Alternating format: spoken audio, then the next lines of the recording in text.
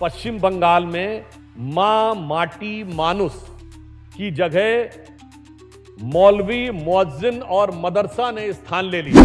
सबको परखा बार बार, हमको परखें एक बार। ये लोग सनातन धर्म विध्वंसक और घुसपैठिया संरक्षक हैं।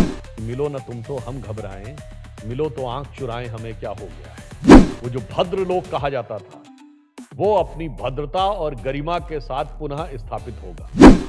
पटोनो दरकार, चाहे बीजेपी सरकार, इसमें मैं एक पंक्ति जोड़ना चाहता हूं, सबको परखा बार बार, हमको परखें एक बार। इन सब लोगों के बीच में कोई भी कॉमन फैक्टर नहीं है, एक ही कॉमन फैक्टर है, वो केवल 2 पॉइंट कॉमन फैक्टर है। पश्चिम बंगाल के साथ तमिलनाडु के चुनाव भी हो रहे थे। तमिलनाडु की सरकार वो थी जिसने लगातार 3 वर्ष तक कॉन्फ्रेंस कराई इरेडिकेशन ऑफ सनातन धर्म, यानी हिंदू धर्म का समूल नाश। तो इनका केवल एक कॉमन फैक्टर है कि ये लोग सनातन धर्म विध्वंसक और घुसपैठिया संरक्षक हैं। केवल इस 2 पॉइंट पे सब लोग एक हैं, बाकी सब आपस में लड़ते रहते हैं। जब लोकसभा का चुनाव होता है तो एक हो जाते हैं, विधानसभा चुनाव में लड़ने लगते हैं।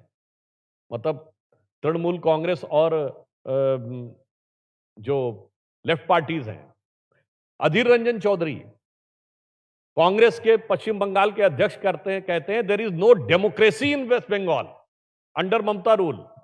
और खड़गे जी कहते हैं, ये 2024 के लोकसभा के समय में बात कर रहा हूं, we need Mamata to restore the democracy in Delhi. भाई साहब, समझ ही में नहीं आता है कौन सच बोल रहा है। कोलकाता में सच बोला जा रहा है कि दिल्ली में सच बोला जा रहा है। इन दलों का आपस में रिलेशन जानते क्या है? ये पुराना जो एक फिल्मी गीत था कि मिलो न तुम तो हम घबराएं, मिलो तो आंख चुराएं हमें क्या हो गया है। अभी चूंकि चुनाव आचार संहिता लगी हुई है तो सभी सुरक्षा बल केंद्रीय चुनाव आयोग के अधिशासी नियंत्रण में है, एडमिनिस्ट्रेटिव कंट्रोल में है। और हमें पूर्ण विश्वास है कि इन सारी घटनाओं के ऊपर चुनाव आयोग पूरी सतर्कता और सजगता के साथ दृष्टि रखे हुए होगा और इस पर समुचित कार्रवाई करेगा। परंतु यह आश्वस्त रहिए कि 4 मई के बाद यहां पर किसी भी प्रकार की हिंसा करने की कोई स्थिति नहीं बनेगी। और पश्चिम बंगाल, वो जो भद्र लोग कहा जाता था, वो अपनी भद्रता और गरिमा के साथ पुनः स्थापित होगा। हम इस आधार पर आश्वस्त हैं कि 2011 के विधानसभा चुनाव में हम नॉन एग्जिस्टेंट थे। 2016 में हमें 3 सीटें मिली, 10% के लगभग वोट मिला। 2021 में हम 77 सीटें प्राप्त करके 38% वोट के साथ आए और 2021 में तृणमूल कांग्रेस को 48% वोट मिला। यानी हमारे उनके वोट में 10% का डिफरेंस, यानी हमें सिर्फ 6% वोट अधिक प्राप्त करना है। तो अगर पिछले 15 साल के 3 चुनावों का ट्रेंड देखें तो बीजेपी उत्तरोत्तर बढ़ रही है, यानी we are consistently on the rising side and they are on the declining side. इस आधार पर हम आश्वस्त हैं कि इस बार प्रचंड जनादेश भारतीय जनता पार्टी को मिलने जा रहा है। यह हमारा पूछा एक स्टैटिस्टिकल आधार भी है इसके ऊपर। दूसरी बात, जो आपने बाहर वाली बात कही, तो मैं सिर्फ 2 बात कहना चाहूंगा। जो लोग बांग्ला अस्मिता की बात करते हैं, पहला तो प्रश्न मैंने यही कहा, उन्होंने अपने संकल्प पत्र का नाम ही बांग्ला भाषा में नहीं रखा। और यूसुफ पठान बाहर से आता है, चुनाव जीत के चला जाता है, जो बांग्ला का एक शब्द नहीं बोल सकता है। सोचने की बात है। और उसका स्वागत कौन पार्टी करती? यही पार्टी। अधीर रंजन चौधरी चुनाव हार जाते हैं, उनका वो विरोध करती है। और मुर्शिदाबाद में बाबरी मस्जिद बन रही है। बाबर तो कभी बंगाल आया ही नहीं था। भारत के पहले प्रधानमंत्री के रूप में जवाहरलाल नेहरू जी को कहा जाता 15 अगस्त 1947 को। वैसे वो इंटरिम सरकार के चीफ के रूप में 2 सितंबर 46 को बन गए थे, मगर उनको तो 46 में शपथ वेवेल ने दिलाई और 47 में शपथ माउंटबेटन ने दिलवाई। मगर नेताजी सुभाष चंद्र बोस ने 1943 में जो एक्साइल गवर्नमेंट बनाई, किसी अंग्रेज वाइसराय से द्वारा शपथ नहीं ली थी। उसके 75 साल पूरा होने पर 2018 में 26 जनवरी को प्रधानमंत्री श्री नरेंद्र मोदी जी ने उनके जितने भी जीवित लोग थे आईएनए के, उनको ससम्मान गणतंत्र दिवस परेड में ले जाकर स्थापित किया। बांग्ला भाषा को क्लासिकल लैंग्वेज का दर्जा दिया गया।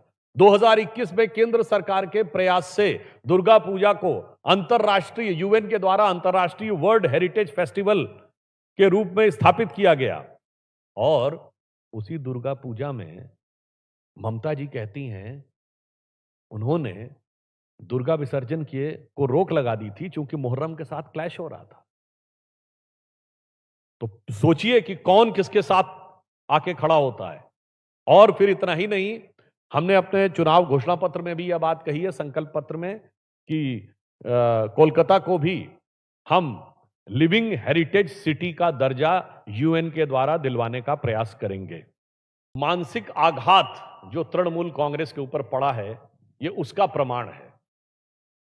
और जहां तक उनके लिए यह है, तो जिसे कहते हैं अब चंद दिनों की बात रह गई है, तो दिल को बहलाने को गालिब ख्याल अच्छा है, वो अभी कुछ दिन और सोच के रह सकती हैं। और जहां तक दिल्ली पे कब्जा करने की बात है, मुझे लगता है आज तो उनका कंट्रोल अपनी पार्टी पर नहीं रह गया है, अपनी सरकार पर नहीं रह गया है, क्योंकि उन्होंने जिस ढंग के आपराधिक तत्वों को साथ में लिया है, वो साथ में लेने के बाद आज स्थिति है कि वो चाहे भी तो उनको नियंत्रित नहीं कर सकती। मैं एक उदाहरण के लिए बोलना चाहता हूं।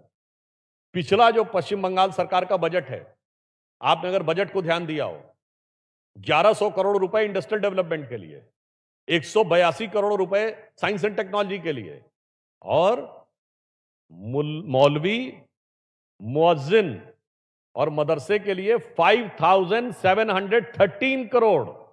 अब पश्चिम बंगाल में मां माटी मानुस की जगह मौलवी, मुअज्जिन और मदरसा ने स्थान ले लिया है। বাংলা হান্টের আরো খবর দেখতে নজর রাখুন। বাংলা খবর মানেই বাংলা হান্ট।